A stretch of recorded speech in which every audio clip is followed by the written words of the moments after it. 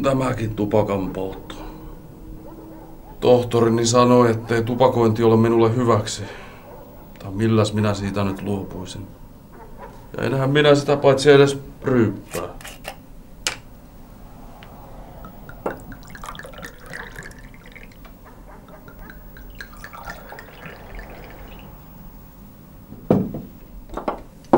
Kaikki on suhteellista.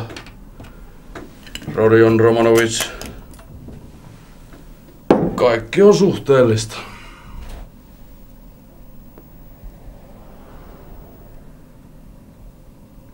Te ette muuten taida koskaan sulkea oveanne. Mitä te haluatte? Kutsuin teidät tänne selvittämään asioitamme. Ja olen tullut siihen tulokseen, että meidän on syytä puhua nyt täysin avoimesti. Mitä tarkoitat? Viime kerralla välimme jäivät kovin kylmiksi ja keskustelu keskeytyi Nikolkan vuoksi. Mutta nyt on aika viedä meidän keskustelu päätökseen. Ehkä on tarpeetonta kertoa, mistä kaikki alkoi. Ensin liikkui vain huhuja. Toisekseen oli kaikenlaisia sattumia, jotka saivat minut ajattelemaan teitä. Eukon tekemät merkinnät, ne nyt olivat arvottomia. Sain kuulla myös milisikamarissa käydystä välikohtauksesta, varsin luotettavasta lähteestä.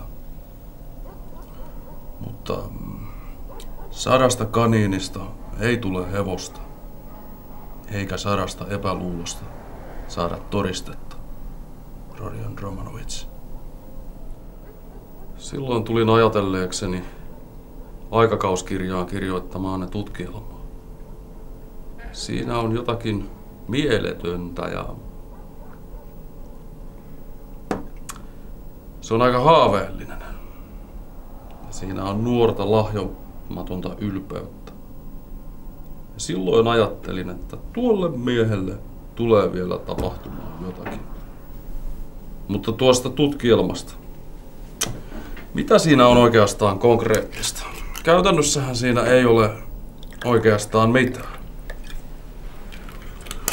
Ja olihan minulla tietysti Nikolka, kaikki ne tunnustuksineen. Mutta olisi ollut vastuutonta antaa niin suurille olettamuksille sijaa.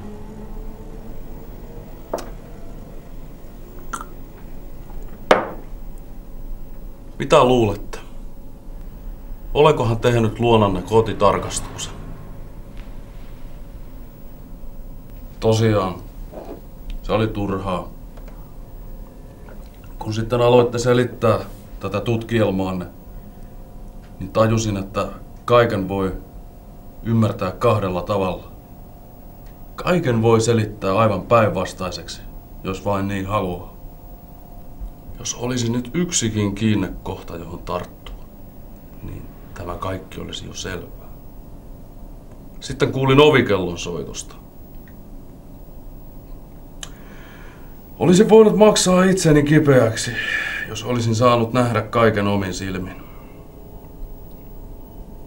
Mitä sitten tapahtuukaan? Nikolka ilmestyy kuin tyhjästä ja tunnustaa kaiken. Varsin oivallinen ajankohta tosiaan. Rasumihinin mukaan te pidätte Nikolkaa syyllisenä.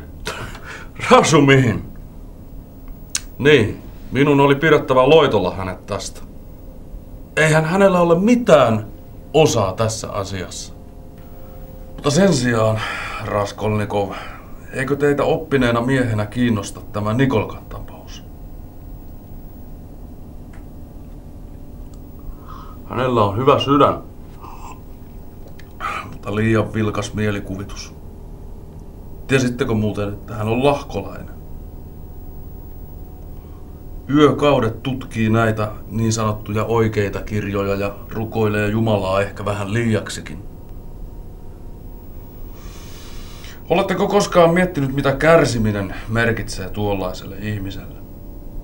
Se ei merkitse kärsimistä jonkin tähden, vaan kärsimisen välttämättömyyttä oman tuntonsa vuoksi. Tuollaisilla henkilöillä on tapana ottaa kaikki kärsimykset kantaakseen.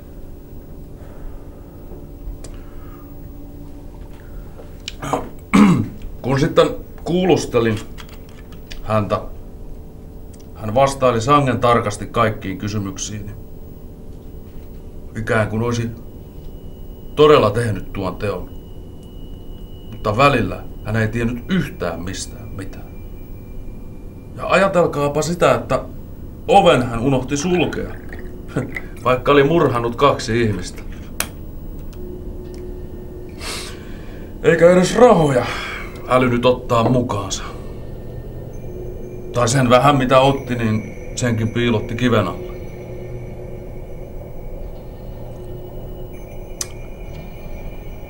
Tämän kaiken on tehnyt sellainen henkilö, joka teoistaan huolimatta pitää itseään kovinkin kunniallisena ja halveksuu toisia.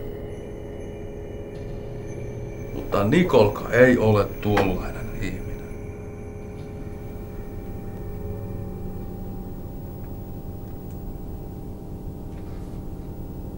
Kuka sitten on murhannut?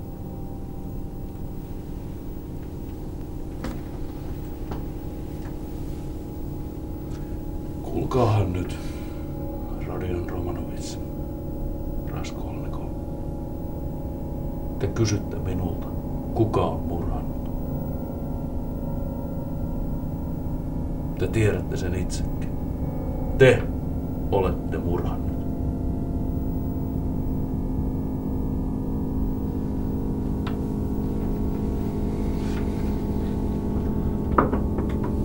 Minä olen ketään murhannut. Te ette nyt näytä oikein ymmärtävän, miksi me täällä istumme. Me olemme tulleet puhumaan asiat suoriksi.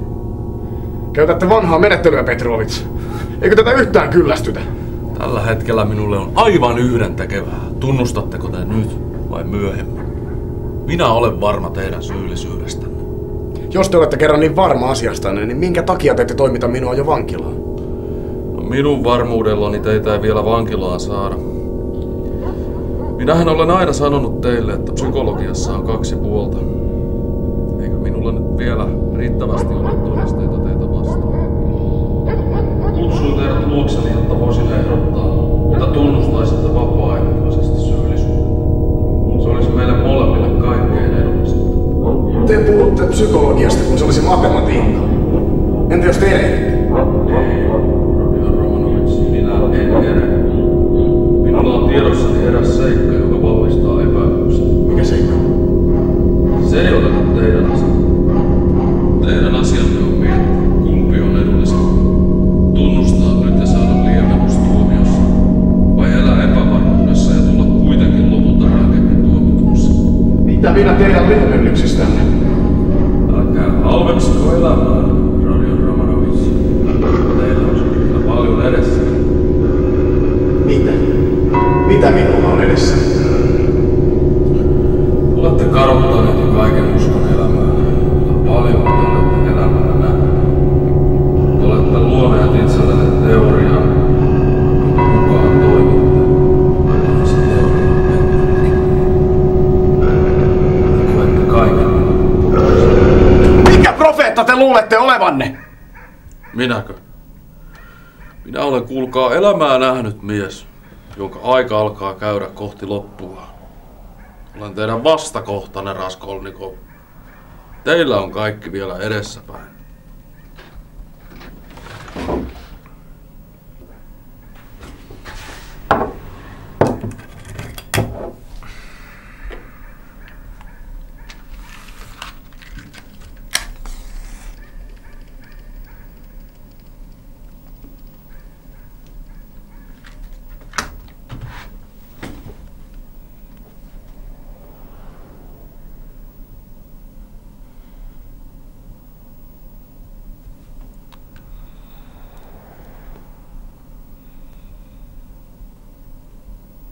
Milloin te olette ajatelleet vangita minut?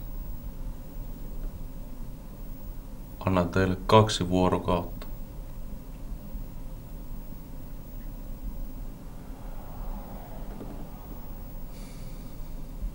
Entä jos minä pakenen? Neuvostoliiton miliisiltä ei pakene kukaan. Kaikki tieto on tukittu ulkomaille. Teidän nimenne on kaikissa KGB-virastoissa. Ja Karkurin osa, se on orjankin osaa pahempi. Ja te, Raskolnikov, te ette ole mikään orja. Ette te pakene.